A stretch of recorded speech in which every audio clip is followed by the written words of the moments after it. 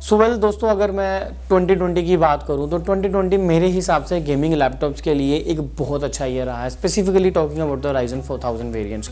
लेकिन मुझे लगता है नोटबुक्स के लिए, जो थिन कैटेगरी की नोटबुक्स आती हैं, उनके लिए शायद इतना अच्छा साल नहीं रहा है, बिकॉज उनमें अपग्रेड्स होते होते एंड ऑफ द ईयर आ चुका था। But if you are really thinking of upgrading your notebook, जो आप day to day life productivity के लिए प्लान करते हो, तो आपको 2021 में ही उसको प्लान करना चाहिए, बिकॉज 2021 में there are number of notebooks that are going to get upgrades with Ryzen 5000 series.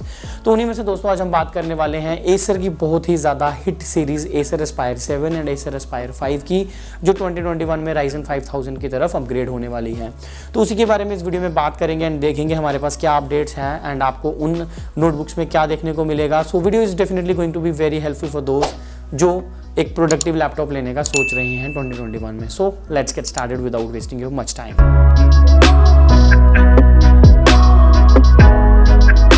So guys, आपको Acer Aspire 7 and Acer Aspire 5 दोनों में ही अपडेट्स देखने को मिलेंगे 2021 में। भी आपको फेसलिफ्ट इतना ज़्यादा नहीं देखने को मिले, मतलब design wise, but yes definitely अगर हम स्पेसिफिकेशन वाइज बात करें तो there are going to be so many changes. तो सबसे पहले एसर एस्पायर 7 की बात करते हैं। तो अगर एसर एस्पायर 7 की बात करूँ तो वो AMD Ryzen 5000 एंड GTX 1650 के साथ अपग्रेड होने वाला है। So now you can expect your notebooks to perform even more better than the previous generation notebooks.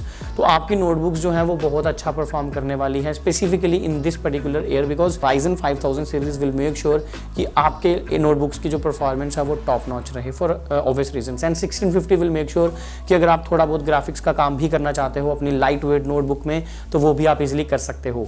उसके बाद दोस्तों अगर मेमोरी की बात करें तो अप टू 32 GB तक का आपको DDR4 मेमोरी का ऑप्शन मिल जाएगा and up to 1 TB PCIe SSD का ऑप्शन भी आपको मिल जाएगा। So this is going to be the same as that of the previous generation Acer Aspire 7, जहाँ पे आपको अप टू 1 TB तक का SSD का ऑप्शन भी मिल जाता था, बट यहाँ पे अब आप 32 GB तक रैम भी एक्सपैंड कर सकते हो। तो ये चीज़ काफ़ी फ्यूचरिस्टिक बना देती है आपकी नोटबुक को for sure, and this is going to be very interesting. And मतलब मैं सारे पोर्ट्स की तो नहीं बात करूँगा, but for sure you are going to have a USB Type-C port, जो कि काफ़ी सुपर फास्ट डेटा ट्रांसफ़र का आपको सपोर्ट देगा अप टू 5 Gbps। उसके बाद दोस्तों अगर डिस्प्ले की बात करें तो न्यू नॉर्मल जो होने वाला है गेमिंग लैपटॉप में 2021 में, that is going to be QHD display with 165 refresh rate. But talking about the notebooks, you are still be getting full HD display which is going to be 15.6 inches and 81.61% screen to body ratio होगा Acer Aspire 7 में। Well display में आपको ज़्यादा changes तो नहीं मिलेंगी notebooks के, but for sure आपको गेमिंग लैपटॉप्स में बहुत ज़्यादा चेंजेस देखने वाले हैं। अगर एसर एस्पायर 7 की अवेलेबिलिटी एंड प्राइसिंग पे मैं थोड़ा सा आपको बताऊं, well these are not the pricing and availability for India but for the global. यहाँ पे इंडिया में कब आएगा, well with time I will let you know. But यहाँ पे एसर एस्पायर 7 की अगर अवेलेबिलिटी की बात करें तो it will be available in North America in March starting at USD 749.99 and अगर Europe and Middle East Asia की बात करें तो वहाँ पे आपको फरवरी में मिल जाएगा स्टार्टिंग एट €899। अब इसके बाद बात आती है एसर एस्पायर 5 की, बिकॉज एसर एस्पायर मेरे हिसाब से काफ़ी फेवरेट सीरीज़ रही है जब प्रोडक्टिव लैपटॉप्स की बात आती है।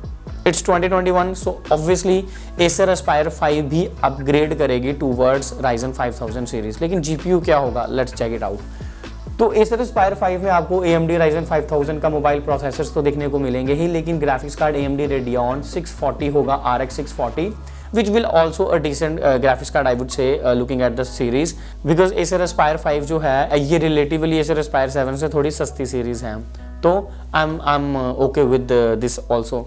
तो ये नोटबुक्स अब इन 2021 मेक श्योर करेंगी कि अगर आप छोटा मोटा ग्राफिक्स का काम या छोटी मोटी गेमिंग भी अपनी लाइट वेट नोटबुक्स में करना चाहते हो तो आप वो भी कर पाओगे। उसके बाद अप टू 24 GB का आपको रैम ऑप्शन मिलता है, up to 1 TB M.2 PCI NVMe SSD, या तो आपको along with 2 TB hard disk का ऑप्शन मिलेगा या सिर्फ 2 TB हार्ड डिस्क तक का भी आपको ऑप्शन मिल सकता है। तो that will depend upon the variants, because you will definitely be getting number of variants in this particular series. उसके बाद दोस्तों ये काफ़ी स्लिम कैटेगरी का लैपटॉप है, you all know this, and इस बार भी आपको 17.9 mm थिकनेस के डिज़ाइन के साथ आपको देखने को मिलेगा। एल्यूमिनियम कवर होगा, काफ़ी अच्छी डिस्प्ले आपको 15.6 इंचज़ की मिलेगी, फुल एचडी होगी जो कि IPS होगी। एंड इसमें आपको ब्लू शील्ड टेक्नोलॉजी भी मिलेगी जिससे आपका हार्मफुल ब्लू लाइट की एमिशन जो होती है वो रिड्यूस होती है। उसके बाद दोस्तों अगेन अगर पोर्ट्स में सबसे इंटरेस्टिंग पोर्ट की बात करूँ तो USB-C मिलेगा आपको for super fast data transfer, dual band wifi 6 आपको मिलेगा एंड थर्मल डिज़ाइन जो हैं वो मल्टीपल कूलिंग मोड के साथ आएंगे। एंड ये जो वाईफाई 6 है और thermal design with multiple cooling modes ये आपको Acer Aspire 7 में भी देखने को मिलेगा। अब यहाँ पे बात करते हैं अवेलेबिलिटी एंड प्राइसिंग की। तो Acer Aspire 7 जो है नॉर्थ अमेरिका में मार्च स्टार्टिंग में आपको अवेलेबल हो जाएगा विद USD 549.99। अगर Europe and middle east Asia की बात करें तो वहाँ पे फरवरी स्टार्टिंग में होगा euro 699 and in China January starting में एट 4999। बट यहाँ पे अब सबसे बड़ा क्वेश्चन है कि इंडिया में कब आएंगे।